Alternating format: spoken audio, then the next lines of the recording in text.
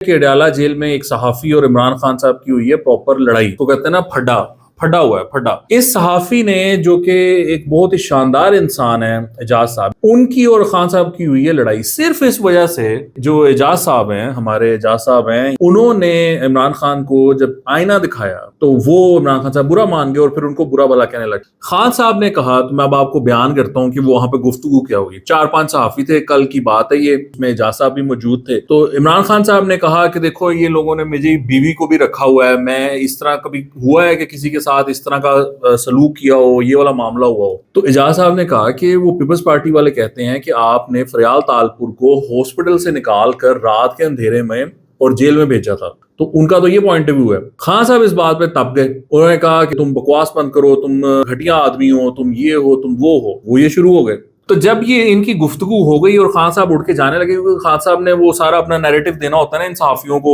وہ پھر کوئی آگے سے بات نہیں سننے برداشت کرتے، انہوں نے اپنی جو بات کرنی ہوتی وہ کر دی، تو وہ جانے لگے۔ تو اعجاز صاحب نے کہا کہ خان صاحب آج آپ نے زیادتی کی ہے، میرا دل دکھایا، تو آپ کو یہ باتیں نہیں کرنی چاہیے تھی۔ وہ خان صاحب پھر شروع ہو گئے، تو گھٹیا آدمی، تم ایجنڈے پر ہو، تم یہ ہو وہ ہو۔ تو پھر اعجاز صاحب نے کہا کہ آپ فوج کے کندھوں پہ بیٹھ کے آئے، جنرل باجوہ جنرل فیض کے کندھوں پہ بیٹھ کے آئے، اپوزیشن کو آپ ٹیم کرتے رہے، اور پھر ٹی وی میں بیٹھ کے اس کا آپ نے اس کو مانا اور اس کو سیلیبریٹ کیا کہ جی ہم تو اس طرح کرتے تھے۔ تو وہ انہوں نے کہا وہ ٹھیک ہے، اور آپ مجھے کہہ رہے ہیں کہ میں ایجنڈے پر ہوں؟